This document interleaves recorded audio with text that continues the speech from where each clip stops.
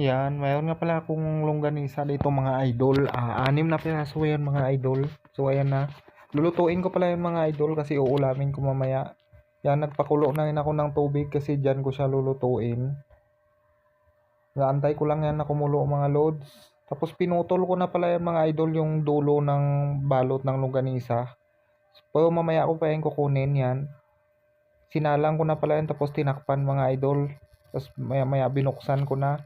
Yan na, pwede na pala tanggalin yung plastic niya mga idol para maluto na siya yan.